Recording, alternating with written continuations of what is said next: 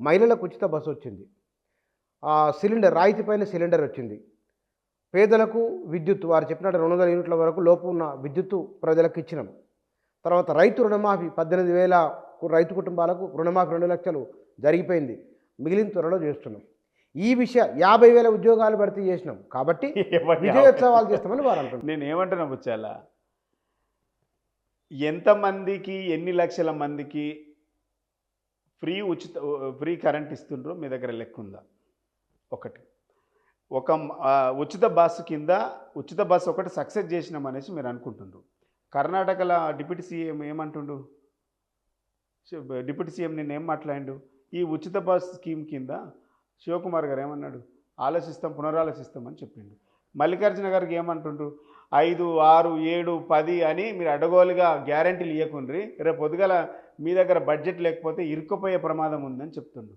హిమాచల్ ప్రదేశ్లో 2 సంవత్సరాల కింద ఎన్నికలై 10 గ్యారంటీలు ఇచ్చిండ్రు. ఇప్పటి వరకు దిక్కులేవు. ఉన్న గ్యారంటీలు లేవట, 10 గ్యారంటీలు లేవట. ఆ ప్రభుత్వం జీతాలు ఇవ్వలేని పరిస్థితికి పోయింది. ఇలా మీరు ఉచిత బస్ స్కీమ్ పెట్టిండ్రు. ఇలా ప్రతి నెల ఆర్టీసీ కట్టాల్సిన డబ్బులు కడతలేరు మీరు. ఇప్పటికీ 11 నెలల ఆర్టీసీకి ₹1 చెల్లించలే మీరు.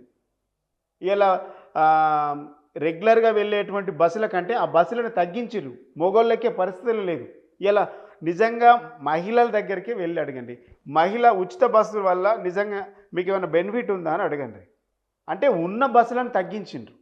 వీళ్ళు అనుకుంటుండ్రు గొప్పగా. గ్రౌండ్లో పోవాలి కదా, గ్రౌండ్లో పోయి మాట్లాడితే రిజల్ట్ తెలుస్తాయి. ఇవి అడిగినరా ప్రజలు? కౌలు రైతులకు 15,000 ఇస్తామని చెప్పిండ్రు. ఏమైంది? ఎందుకు ఇవ్వలేదు?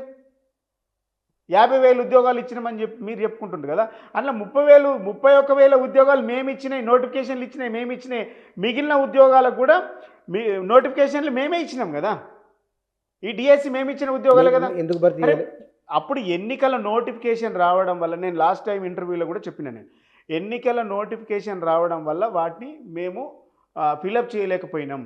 అప్పటికే 30,000 ఉద్యోగాలకు నోటిఫికేషన్లు ఇచ్చినాం, ఎగ్జామ్స్ అయినాయి, రిజల్ట్ రావాలి. రిజల్ట్ రావడానికి కారణాలు పోలీస్ డిపార్ట్మెంట్లో ఏం జరిగిందంటే, కానిస్టేబుల్లలో దాదాపు 17,000 ఉద్యోగాలు ఏం జరిగిందంటే కొన్ని కోర్టు కేసులు ఉండడం వల్ల అక్కడ పెండింగ్ పడ్డది.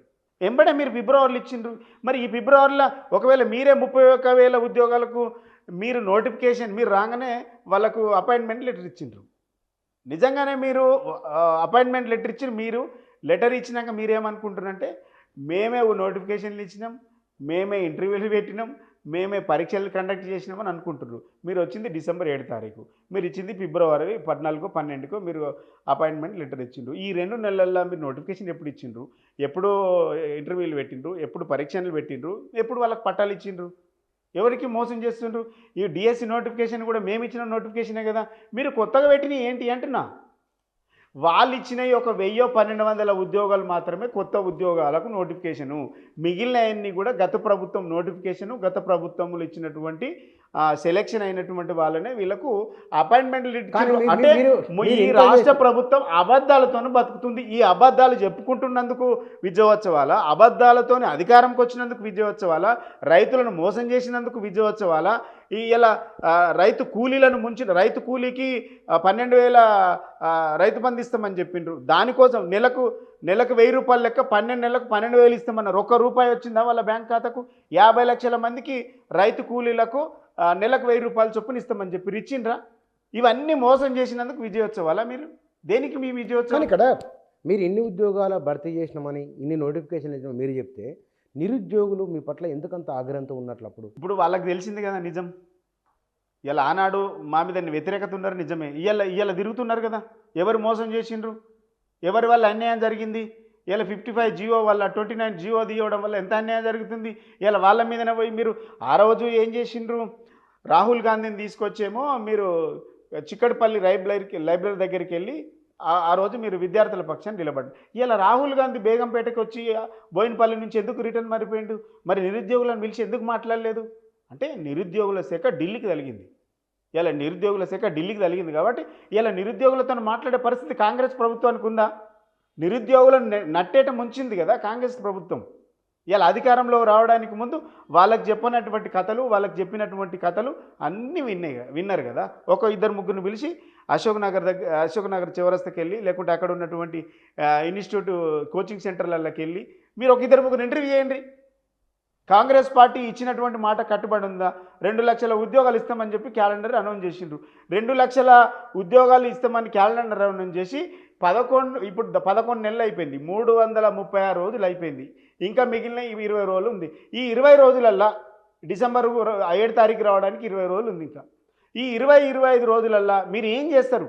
అంటే మీ జాబ్ క్యాలెండర్ ఫెయిలే కదా, మీ జాబ్ క్యాలెండర్ ఫేక్ కదా.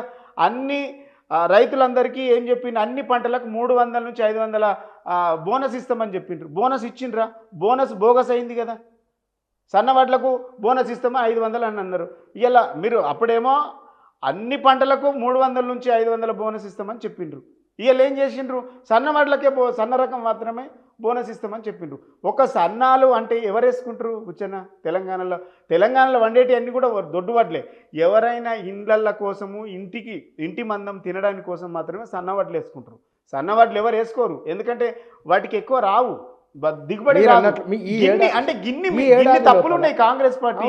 ఈ ఏడాది లోపల నిజంగానే ప్రజలను పట్టించుకోకుంటే, ప్రజా సమస్యలను అడ్రస్ చేయకుంటే కనుక పబ్లిక్లో వ్యతిరేకత వస్తుంది. అది ధర్నాల రూపంలో, రాస్తారోకో రూపంలో రిఫ్లెక్ట్ అవుతుంది. బీఆర్ఎస్ ఆందోళన చేస్తున్నట్టు కనబడుతున్నది, కానీ ప్రజలు వస్తున్నట్లుగా ఉన్నదా అని బయట డిస్కషన్. ఇప్పుడు హైడ్రా పేరు మీద మేము ప్రజల దగ్గరికి వెళ్ళినామా? ప్రజలు మా దగ్గరికి వచ్చిండ్రా? మూసీ నది ప్రజల దగ్గరికి మేము ప్రజల దగ్గరికి వెళ్ళినామా? బాధితులు మా దగ్గర భవను మీరు ఆ రోజు మేము ప్రగతి భవన్ బద్దలు కొడతామని అన్నారు కదా, బద్దలు కొట్టిండ్రు. ఏమైంది? ఇనుప కంచెలు తీసినామని చెప్పిండ్రు. ఇలా కనీసం ఎవడన్నా దరఖాస్తు తీసుకొని ఉన్నాడు? అందులో ప్రజావాణి అని చెప్పిండ్రు. వారానికి 2 సార్లు కలుస్తామని చెప్పిండ్రు. కలిసిండ్రా? ఇలా మీరు ఏవైతే చెప్పిన అలవి కానీ హామీలు ఇవ్వడం వల్ల ఇలా తెలంగాణ భవన్ గేట్లు తీసుకొని ప్రజలు స్వచ్ఛందంగా ఒక 500 మంది గేట్లు తీసుకొని హరీష్ రావు గారి కోసం, ఆ రోజు కేటీఆర్ గారి కోసం గేట్లు తీసుకొని, ఆ రోజు పొద్దున్నే 6 గంటలకు వస్తే ఇంకెవరు వాచ్మెన్ అటెండర్లు ఎవరు కూడా తీయలేదట గేట్లు. వాళ్ళు అక్కడే గేటు ముంగట కూర్చొని, మళ్ళీ ఎవరో వచ్చిందని ఇన్ఫర్మేషన్ ఇస్తే గేట్లు తీస్తే లోపల పోయి కూర్చొని 500 మంది బాధితులు వచ్చి, అయ్యా మాకు మీరు దక్క మాకు దిక్కెవరు లేరు, మేము చేసినాం, మేము అన్యాయం చేసినాం, మేము మోసపోయినాం, గోసపడ్డాం, మేము కాంగ్రెస్ పార్టీ కోట వేసినందుకు మాకు బుద్ధి వచ్చింది, ఇలా మాకు న్యాయం చేయాలి, ఇలా మా ఇండ్లు కొడతా ఉన్నారు, మాకు మీరు తప్ప మాకు. ఇప్పుడు కాంగ్రెస్ పార్టీ ఉంది, బీజేపీ పార్టీ ఉంది కదా ఈ రాష్ట్రంలో, మరి ఆ పార్టీల ఆఫీసులకి ఎందుకు పోలేదు?